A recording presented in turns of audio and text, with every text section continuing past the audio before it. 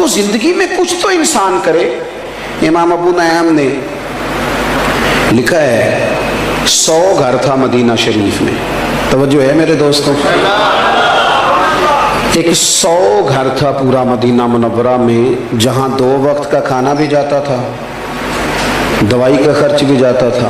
100 گھر، تھوڑی سی آبادی ہوتی تھی، 100 گھر پورا کھانا جاتا ہے، کپڑے جاتے ہیں، دوائی کا خرچ جاتا ہے، لیکن پتہ کوئی نہیں کون دے جاتا ہے، پتہ کوئی نہیں۔ کوئی نقاب پوش آتا ہے، اگر اس سے نام پوچھتے ہیں تو غصہ کرتا ہے، اور صحیح والا غصہ کرتا ہے۔ اگر کوئی بات کرتے ہیں تو ناراض ہو جاتا ہے، کہتا ہے اگر آپ نام پوچھا تو آؤں گا نہیں۔ 100 گھر، اور یہ کام سالوں چلا، سالوں۔ پھر اچانک نا کچھ دن گزرے تو وہ کھانا، وہ چیزیں آنی بند ہو گئی۔ لوگ ایک دوسرے سے پوچھنے لگے تیرے گھر نہیں آتا؟ نہیں، اب میرے گھر بھی نہیں آتا۔ تیرے ہاں بھی نہیں پہنچا؟ نہیں۔ اب لوگ ایک دوسرے سے تفصیلات لیتے ہیں، معلومات کرتے ہیں، کب سے نہیں آیا تیرے گھر؟ اس نے کہا 18 محرم سے۔ تیرے گھر کب سے نہیں آیا؟ 18 محرم سے۔ تیرے گھر کب سے نہیں آیا؟ اب دیکھو نا 18 محرم کو کیا ہوا، جب لوگوں نے تحقیق کی تو پتہ چلا 18 محرم کو امام زین العابدین کا انتقال ہوا۔ یہ شیر خدا کے پوتے 100 گھر تھا مدینے میں، اور جب ان کے بچے روئے ایک دوسرے سے سوال کیے، اور ان کا حال یہ تھا کہ جب ان کو غسل دیا جا رہا تھا تو کمر پہ موٹے موٹے نشان تھے۔ لوگوں نے صاحبزادہ گرامی قدر سے پوچھا یہ کیا ہے؟ کہنے لگے میرے بابا اپنے کندھوں پر اناج کی بوریاں رکھ کے رات کے اندھیروں میں غریبوں کے دروازوں تک پہنچاتے تھے۔ اکھاں جدوں میٹیاں زمانہ مینوں روے گا، وہ رات کو پہنچا کے آتے تھے۔ اب تجسس سے لوگوں نے پوچھا کہ حضور آپ جوان تھے، وہ بوڑھے آدمی بھی جاتے رہے؟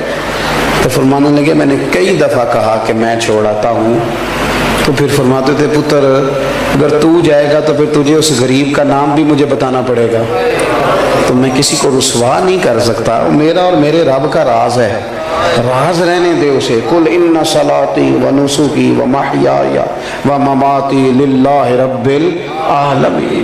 میرے عزیز، زندگی میں کوئی کام ایسا کر جائیں، کوئی ڈیوٹی ایسی کر جائیں جو والباقیات الصالحات بن جائے، جو باقی رہ جائے ہمارے لیے۔ میں اکثر دوستوں سے کہتا ہوں، اکثر سے، کہ کچھ تھوڑا سا نا، وہ ایک درویش تھے نا دلی میں، تو چھوٹا سا کوئی دکانداری کرتے تھے، تو اکثر لوگ انہیں کھوٹے سکے دے جاتے، تو بابا جی قبول کر لیتے۔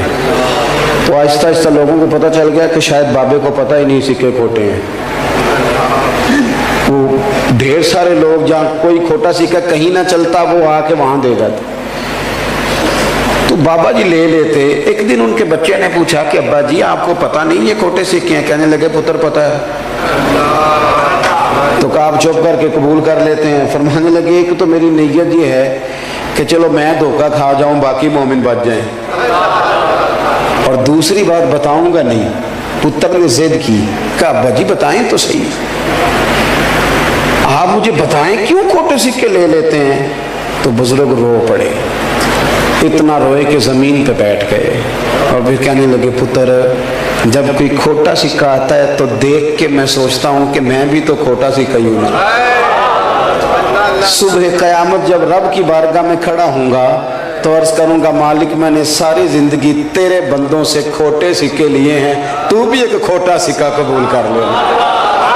ایک کھوٹا سکہ ہے جسے بھی قبول کر لے۔ امید ہے ان جملوں پہ رحمت فرمائے گا، کرم فرمائے گا۔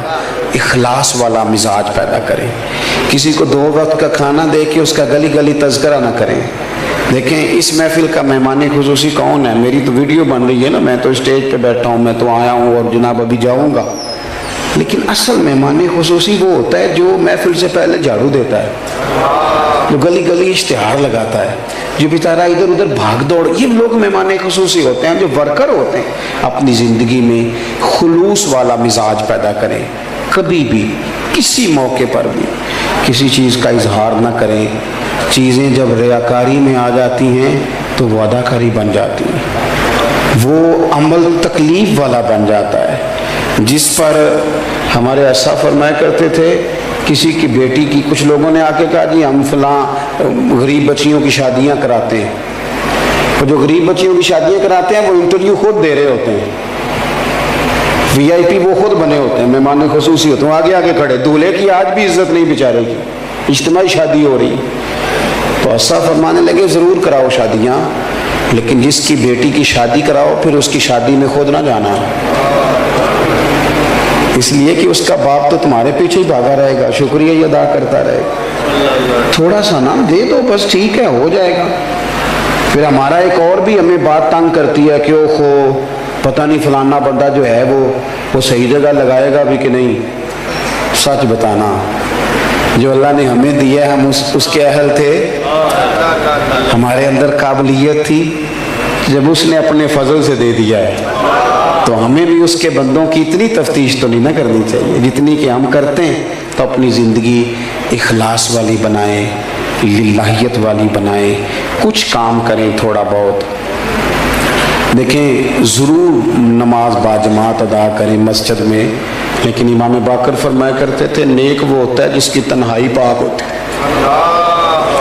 اکیلے میں جو بندہ نیک ہوتا ہے، اپنی تنہائی میں بھی کچھ وظائف پڑھیں، کچھ تھوڑے سے پیسے چھپا چھپو کے ادھر ادھر کسی کو پتہ نہ ہو، وہ اللہ کی راہ میں خیرات کریں، کسی غریب کی مدد خالص اس لیے بھی کریں کہ میں نے کسی کو بتانا نہیں، اپنی زندگی میں مخلص ہو جائیں۔ جب مخلص لوگ مل جاتے ہیں نا تو اخلاص والا ایک بندہ بھی ہو تو باقیوں کا کام بھی بن جاتا ہے۔ تو بجائے اس کے کہ ادھر ادھر زیادہ توجہ کریں، اپنے معاملات پر غور کریں۔ سیدنا امیر حمزہ رضی اللہ اخلاص کے ساتھ انہوں نے دیکھا نا کہ حضور کو تکلیف دی ہے ابو جہل نے، تو جا کے مارا ابو جہل کے سر پہ۔ مختلف روایتیں ہیں، یہ زیادہ مضبوط ہے جو عرض کرنے لگا ہوں۔ جا کے ڈنڈا مارا اور کہنے لگے میں نے بھی حضور کا دین قبول کر لیا۔ کہتے ہیں وہاں تو محبت میں یہ نا بھائی کے بچے بڑے پیارے ہوتے ہیں، بھائی بھی بڑے پیارے ہوتے ہیں، لیکن وہ بندہ پھر اپنے بچوں کے سامنے تھوڑی بہت کر بیٹھتا ہے نا باتیں شاتیں، تو پھر وہ کھل کے اظہار نہیں کر پاتا۔ وہ ہمارے چچا کو ضرورت پڑ گئی تھی 1-2 لاکھ روپے کی، تو ہمارے ابا جی کا بڑا دل کر رہا تھا دینے کو، تو ہمیں راضی کر رہے تھے، کہنے نے دیکھو نا پھر 2 لاکھ منگتا ہے، میں نہیں پورا، میں 1.25 دیاں گا، اور میرے اپنے بھی بال نے۔ تو میں ہس پڑا، تو مجھے کہنے لگے تو کہڑی گلوں ہسنا ہے؟ میں کہ ابا جی انہیں 2 منگے، تھوڑا دل 2.5 دین نو کردا پیا ہے، لیکن وہ بھائی ہے نا جی، بھائی بھائیاں دیاں باہماں ہوندے۔ تو حضرت امیر حمزہ بھائی اور بھتیجے کی محبت میں زور سے مارا۔ کہتے ہیں میں نے اعلان کر دیا کہ میں نے بھی حضور کا دین قبول کر لیا ہے، لیکن جب واپس آیا تو دل میں خیال آیا کہ تو اعلان کر رہا ہے۔ پھر میں نے اللہ سے دعا کی، یا اللہ حق پر میرا دل جما دے۔ میں نے دعا کی اور اللہ نے رسول پاک کے دین پر میرے دل کو استقامت عطا فرمایا۔ حضرت اور نبی پاک علیہ السلام نے فرمایا، مستدرک میں موجود ہے، حضور فرماتے ہیں اللہ کی بارگاہ میں حضرت امیر حمزہ اللہ اور اس کے رسول کے نام سے ان کا ذکر وہاں کیا جاتا ہے، آسمانوں میں ان کو اسد اللہ کہا جاتا ہے، اور فرمایا